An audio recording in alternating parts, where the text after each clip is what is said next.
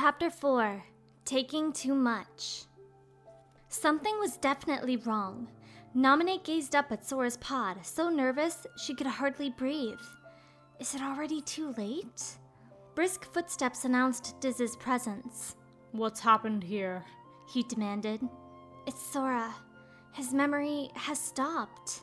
Naminé glanced at the monitoring devices beside the pod. The data displayed there told the same story. Stopped? Naminé let out a breath and looked up at the pod again.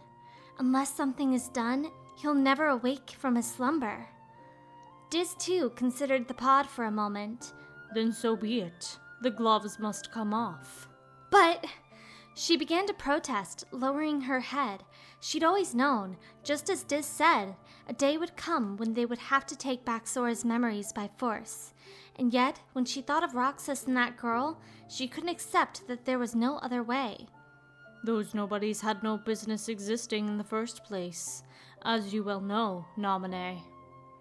Yes, she murmured, even though it pierced her through to hear it. Of course, nobodies weren't supposed to exist, including her, but still, it hurt. Naminé hung her head, staring at nothing. Sora, fast asleep in the pod, almost seemed to be sneering down at her. In the round room, Sykes looked up at Xemnas high above. Are you sure we're dealing with Xion and Roxas the right way? His tone was markedly different from usual, as if he spoke to an old friend rather than a superior. I will admit, Xion has strayed from our original designs, Xemnas replied. But this unpredictable behavior is proving to have an interesting side effect. Really? Said Sykes, unconvinced. The key. Key? The key connecting everything, perhaps? The Keyblade was the key to the worlds. Would it also unlock all these mysteries? Xion's exposure to Roxas affected a transfer of its powers, just as we had hoped, Xemnas continued. Had things stopped there, Xion would have been an unequivocal success. But then, through Roxas, Sora himself began to shape it into her, giving Xion a sense of identity.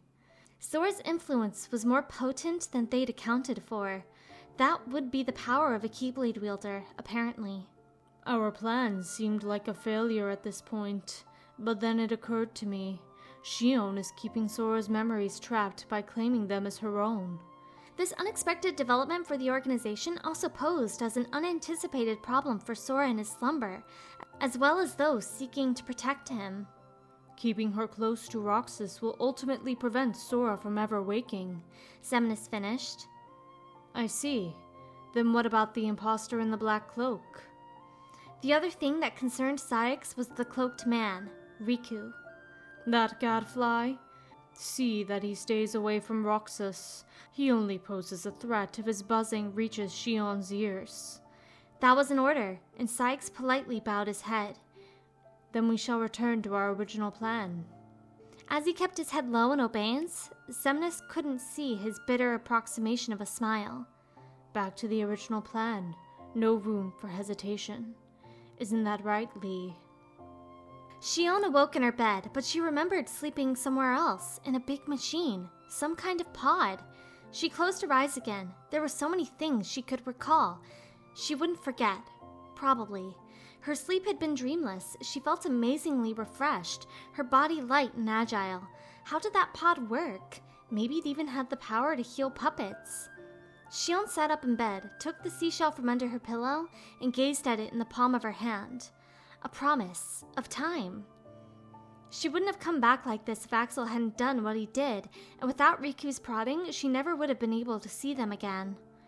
Roxas, though, maybe it would have been better for him if I didn't come back, she thought. Even so, I want to find my own path, and I still have time. It's not too late. We're friends, aren't we?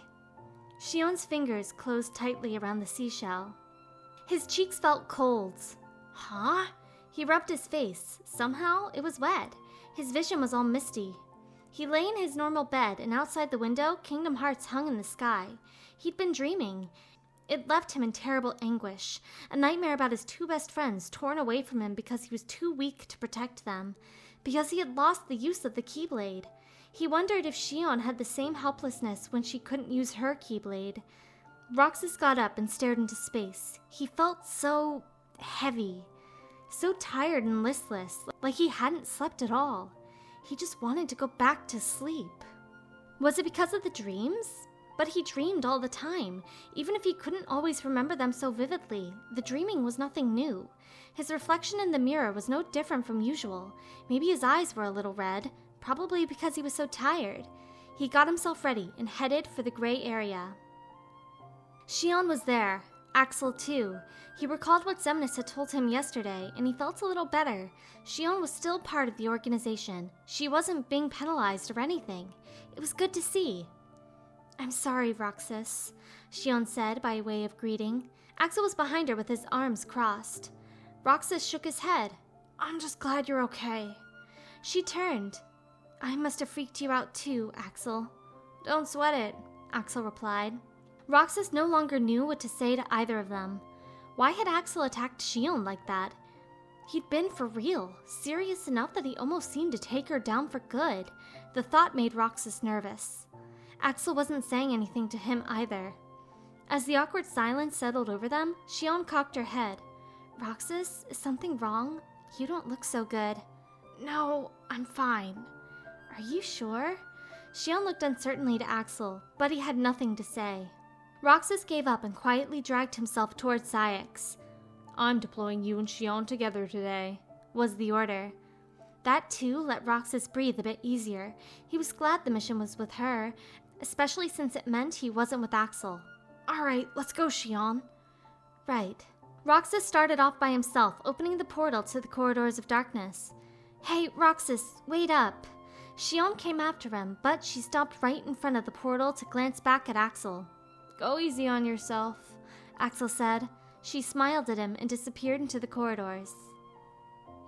The mission took them to Agrabah to destroy a giant Heartless. The desert air was so dry it was almost painful to breathe, just like always. Or was it? Had it really been this bad before? Roxas looked at his open hand and summoned the Keyblade. "It's okay. Nothing's changed." "Roxas, what's the matter?" Shion said at his back. "It's nothing." He let the Keyblade wink out again. Maybe it was just that he didn't know how to talk to Axel now. What else would it be? It was like anxiety from his dream had followed him into reality. "You really do look pale," Shion remarked. "Why would I? You're imagining things." Normally, Roxas was in higher spirits when he and Shion got to do a mission together, but today he couldn't muster any enthusiasm. "Come on." "Well, okay." Roxas took off at a run, and each footfall kicked up a cloud of dust. Roxas wasn't himself. Shion anxiously followed behind him as they journeyed from the city of Agrabah deep into the caves, taking out the Heartless in their way. She didn't know what exactly was wrong, but there was pent-up anger in each swing of his Keyblade, and she couldn't bring herself to ask. "Something's not right, Roxas." He stopped at a dead end. "Looks like we hit the bottom." A memory suddenly came rushing back to her. How do I know this place? No, not me, but my memories know this place. "I remember this," Shion murmured. "Huh?" She reached the cave wall. It was smooth as the rest of the stone, but she knew this was it.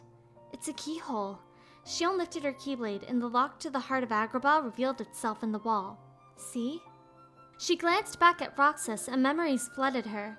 The breath left her lungs, and her head spun. There's a boy holding the Keyblade aloft. Who? Who are you? Are you Sora? "Shion!" Roxas cried, catching her as her knees buckled. "You okay?" Yeah.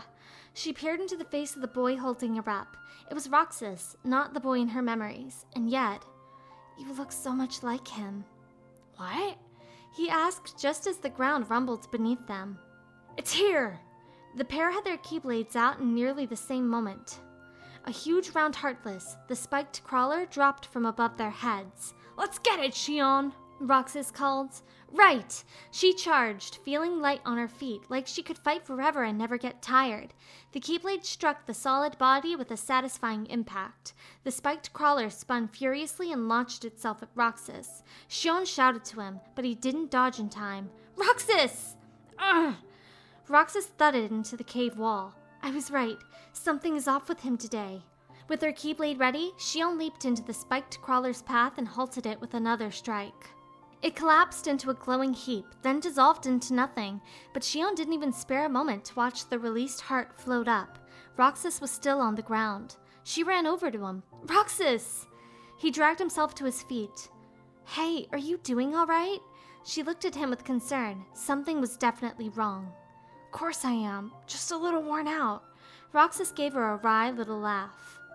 It's more than that, isn't it? Are you sure? Xion pressed. Sure, I'm sure. He nodded, still smiling. Come on, let's get out of here. So he said, but his parlor told a different story, and Xion didn't like it. What does this mean? Roxas was already on his way. Xion followed with a hand to her chest, as if to hold in her misgivings. The mission was completed. They perched on the clock tower. Roxas had wanted this for so long. To have ice cream like this again was Xion.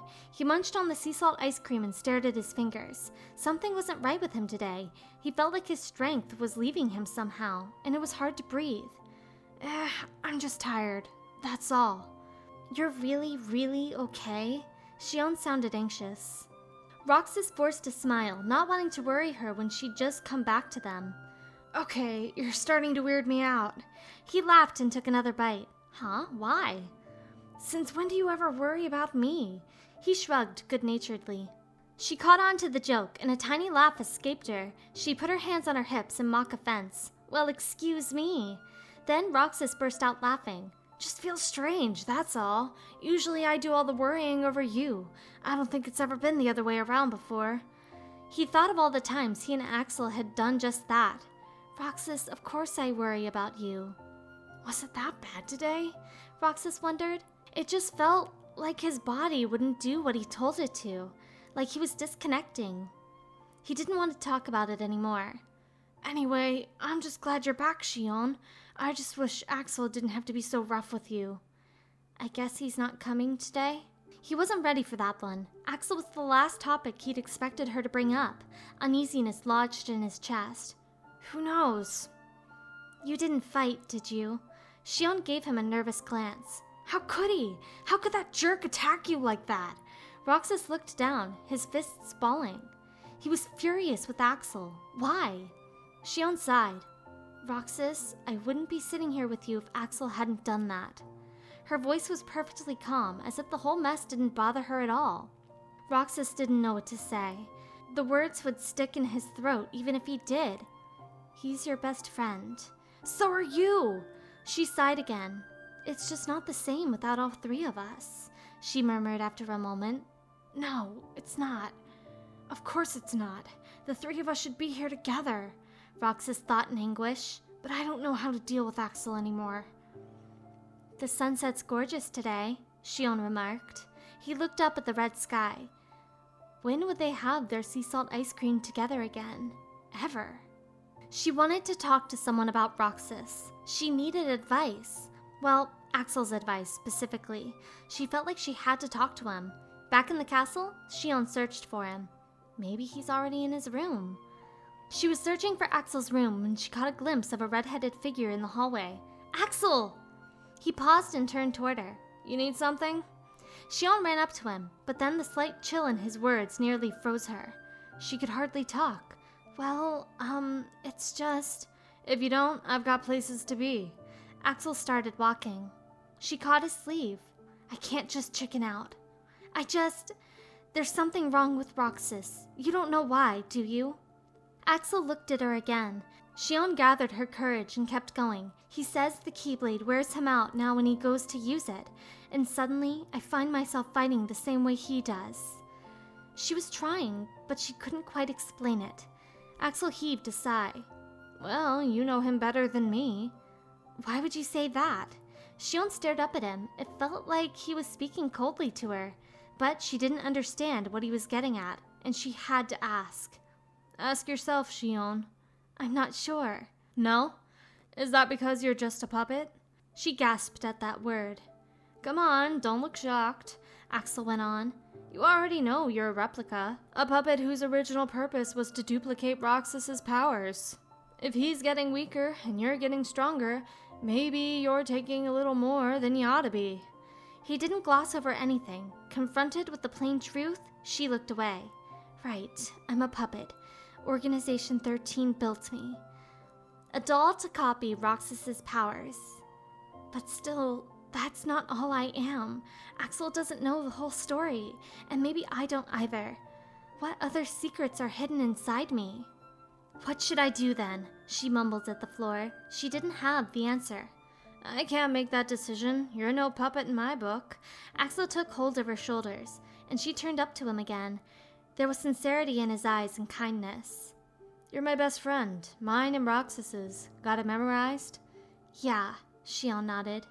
Riku probably would have told her the same. I have to find the answer for myself, huh? That's what Riku would say, and that other boy, too. Axel, can I ask you one other thing? She said. He let go of her. What's that? I saw a boy today who looks just like Roxas. Surprise registered on Axel's face for a moment. Is he who I think he is? Shion asked. Was that boy Sora? Axel folded his arms and said nothing. Is copying Roxas's power all I do? I can't answer that for you either. Oh. Shion's gaze dropped again. What if I'm copying more than his powers? Her chest felt tight with apprehension. If that boy I saw today was Sora, then maybe that means... Power and memories, Axel mused. Shion's head snapped up.